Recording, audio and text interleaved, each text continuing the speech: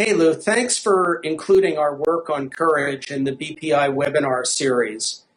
And with all of the turbulence and the downsizing and flattening of organizational structures and the tougher scientific and regulatory hurdles and the demand for better work at a lower price with faster and faster cycle times, it's no wonder that the conditions that require courage, fear, pressure, insecurity, uncertainty, that they've almost been for teams today.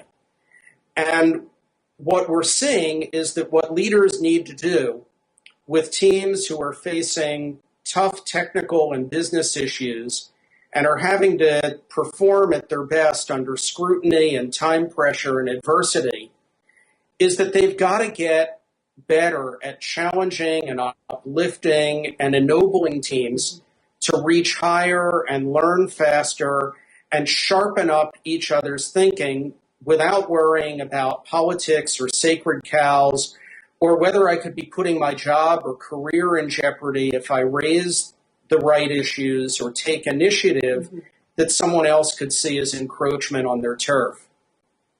In short, in this business environment, leaders need to know not just how to get a job done and not just how to get a product to market or put together a good business deal or architect a solid organization. They've got to know how to energize and infuse teams with the right thinking and the right problem solving, the right level of courage to deliver on more aggressive promises that they've made to investors, regulators, partners, and to the marketplace. Lou, let me give you a specific example.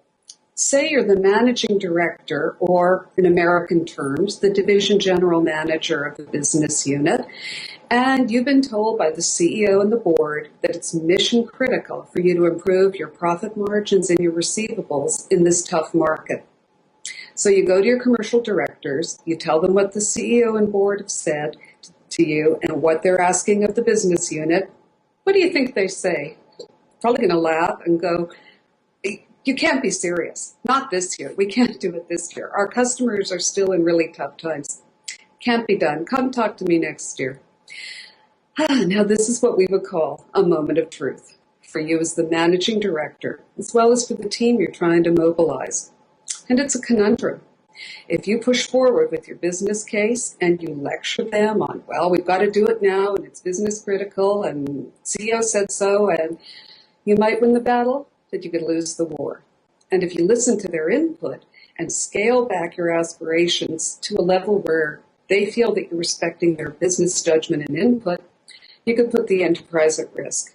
And so the road you need to take is the uncharted one of challenging, uplifting, encouraging, and ennobling your team to come up with the possibilities that go beyond, well, this is how we've always done it in the past, or, hey, Lou, just tell us what you want us to do. That's the kind of uplifting leadership we'll be focused on in our webinar. Lou, where our work on courage started, and we've been doing this for about 20 years at this point, and it was with the observation that there's a gap between strategy formulation and strategy execution. And it's like in the example that Louise just used, you can be very clear and see what the managing director needs to mobilize his or her business unit to achieve, but the actual getting it done is a different set of muscles than simply envisioning the possibility.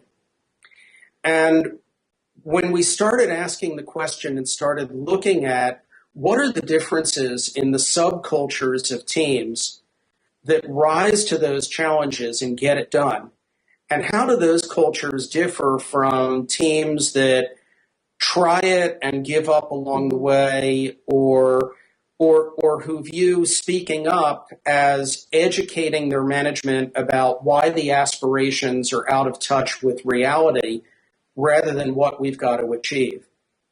And what we found when we started looking at the differences, we found two things. Number one is that the subcultures of teams that achieve are in fact different from teams who don't achieve.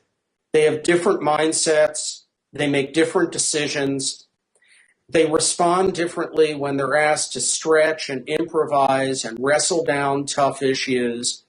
And they deal differently with egos and difficult personalities and cultural differences and hierarchy in order to get the best thinking, to find the best solutions. And they deal with setbacks and learn from setbacks that inevitably occur. They deal with them in a different way.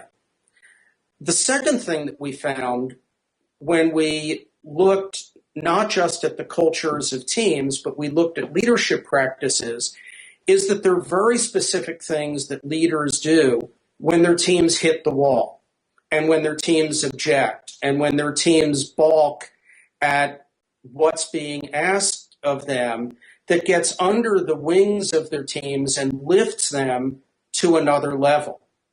And that in fact, those leaders, they don't just a culture, they shape a culture. And in some cases, with some of our clients in mega corporations, they actually create subcultures that are very different from the dominant cultures of the corporation as a whole, and are far more courage building than what exists in the rest of the organization. Well, what we've done is taken this research and taken these observations and distilled it down into a formula that's what we call the 5 courage factors.